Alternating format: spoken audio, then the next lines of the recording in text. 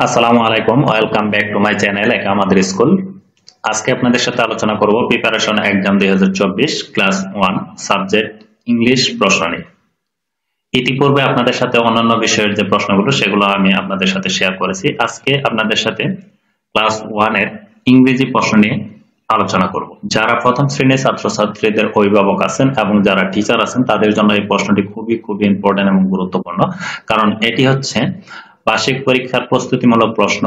কারণ এই প্রশ্নটি বার্ষিক পরীক্ষার যে সিলেবাসটি আছে সেই সিলেবাস থেকেই কিন্তু এই প্রশ্নটি করা হয়েছে। এই প্রশ্নটি যদি ভালোভাবে প্র্যাকটিস করেন তাহলে আশা করি এই প্রশ্নগুলো থেকে 70 থেকে 80% প্রশ্ন কিন্তু এখান থেকে কমন থাকবে। আর একটা কথা হলো, অনেক স্টুডেন্ট আছে যারা সবকিছুই জানে এবং মনে থাকে বা ভালো স্টুডেন্ট, কিন্তু তারা প্রশ্নগুলো আনসার করতে পারে না, কারণ হচ্ছে তারা প্র্যাকটিস করে না। আপনারা এই প্রশ্নটির মাধ্যমে ক্লাস 1 এর ছাত্রছাত্রীদেরকে আপনারা প্র্যাকটিস করাতে পারেন, কারণ প্র্যাকটিস হচ্ছে আসল। প্র্যাকটিস যদি না করেন তাহলে কিন্তু তারা আনসার গুলো করতে পারবে না। এই প্রশ্নটির মাধ্যমে তারা বুঝতে পারবে যে কিভাবে প্রশ্নগুলো আনসার করতে হবে এবং কি কি ধরনের প্রশ্ন থাকতে পারে এবং কি কি ধরনের প্রশ্ন পড়তে হবে এই সম্পর্কে কিন্তু আইডিয়া হবে। আপনারা এই প্রশ্নটির মাধ্যমে তাদেরকে বারবার প্র্যাকটিস করাবেন। আমি যে বাংলা এবং ইংরেজি সেই প্রশ্নগুলো দিয়ে দিয়েছি। আর যাদের এই প্রশ্নগুলোর পিডিএফ ফাইল অথবা এমএস ওয়ার্ড ফাইল প্রয়োজন তারা অবশ্যই আমাকে কমেন্টে বলবেন, আমি আপনাদেরকে হোয়াটসঅ্যাপ নাম্বার দিয়ে দেব। সেই হোয়াটসঅ্যাপ নাম্বারে যোগাযোগের মাধ্যমে আপনারা কিন্তু প্রশ্নগুলো নিতে পারবেন। প্রত্যেকটি প্রশ্নের মূল্য হচ্ছে 30 টাকা করে খরচ হবে।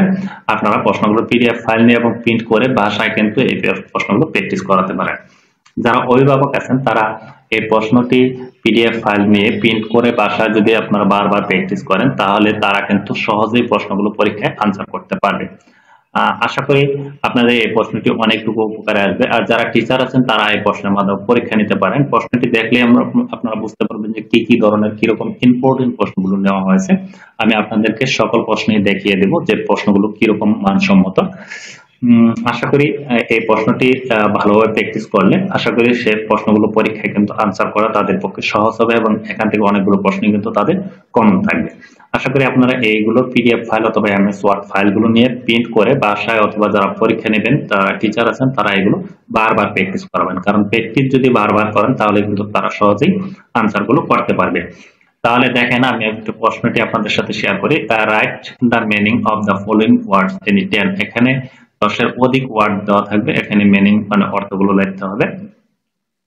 এগুলো এরকম ধরনের শব্দগুলো থাকবে। আমি সব শব্দগুলো বলতে চাচ্ছি না, কারণ বলতে গেলে ভিডিওটি লং হয়ে যাবে। এমনিতে আপনাদের সাথে কথা বলতে বলতে ভিডিওটি অনেক বড় হয়ে যাচ্ছে।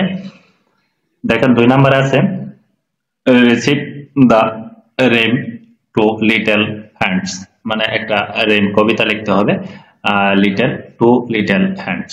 এরপর 2 নম্বরে আছে right words with the following letters in 10। এখানে 10টি ফলোইং লেটার্স লিখতে হবে, ওয়ার্ড মানে বাক্য লিখতে হবে, শব্দ লিখতে হবে এই ওয়ার্ডগুলো দ্বারা।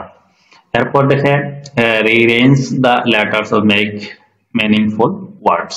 এখানে রিঅ্যারেঞ্জ গুলো লিখতে হবে। এখানে একটু বর্ণগুলো আগে পরে দেওয়া আছে, একটু মানে কোন বর্ণটা আগে কোন বর্ণটা পরে সিরিয়াল মেনটেন করে ওয়ার্ডগুলো সঠিক করতে হবে। এখানে 10 নাম্বার।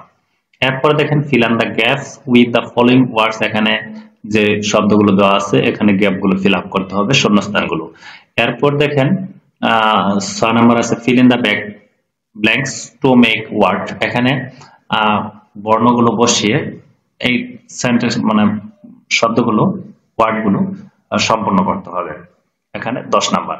এরপর দেখেন 7 নং এ আছে রাইট স্মল লেটার এ থেকে জেড পর্যন্ত স্মল লেটার গুলো লিখতে হবে। এরপর দেখেন ট্রান্সলেটেড ইনটু বাংলা এনি 10 না ইংলিশ এনি 10। এখানে বাংলাগুলো ইংলিশ লিখতে হবে। আমার একটি বই আছে, আমি প্রতিদিন স্কুলে যাই, এদিকে আসো, তোমার আসনে যাও, জোরদার দিকে যাও, তোমার বই খুলো।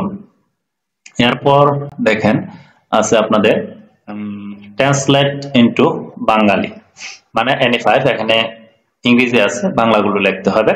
So may you look at the picture that in any.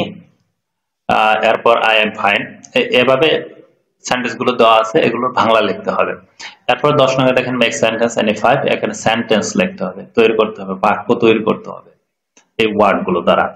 এরপর দেখেন সর্বশেষ 11 নং আছে আনসার দ্য ফলোইং কোশ্চেন। এখানে কোশ্চেন গুলো আনসার করতে হবে। হোয়াট ইজ ইউর নেম, তোমার নাম কি, এগুলো ইংলিশে আনসার করতে হবে। এখানে 10 নাম্বার। আশা করি এই প্রশ্নগুলো যদি এখানে যে প্রশ্নগুলো আছে বারবার এগুলো প্র্যাকটিস করাবেন, আশা করি এই প্রশ্নগুলো থেকে কিন্তু প্রশ্নগুলো থাকবে, আপনারা এগুলো বারবার প্র্যাকটিস করাবেন। আর যাদের পিডিএফ ফাইলগুলো প্রয়োজন তারা এগুলোর পিডিএফ ফাইল নিয়ে প্রিন্ট করে বাসায় বারবার প্র্যাকটিস করাবেন যারা অভিভাবক আছেন। কারণ আপনার স্টুডেন্ট, আপনার ছাত্রছাত্রী, আপনার ছেলে মেয়ে কিন্তু এমনিতে অনেক কিছুই জানে, অনেক কিছুই বোঝে, কিন্তু তারা প্রশ্নগুলো কিভাবে আনসার করতে হয় সেটা কিন্তু আপনারা বুঝেন না এবং দেখেনও না। কিন্তু এই প্রশ্নটির মাধ্যমে আপনারা কিন্তু বাসায় নিয়ে তাদেরকে প্র্যাকটিস করাতে পারবেন এবং দেখতে পারবেন যে কোন কোন জায়গায় তারা ভুল করতেছে, নাম্বার কি জন্য কম আসতেছে সেটা কিন্তু আপনারা ধরতে পারবেন। আশা করি এগুলো পিডিএফ ফাইলগুলো নিয়ে প্রিন্ট করে আপনারা বাসায় পরীক্ষা নেবেন। আর যারা টিচার আছেন তারাও কিন্তু এই প্রশ্নটি নিয়ে পরীক্ষা নিতে পারেন। আশা করি অনেকটুকু উপকারে আসবে। আজকের মতো ভিডিওটি এ পর্যন্ত। ভালো থাকবেন, সুস্থ থাকবেন। আল্লাহ হাফেজ।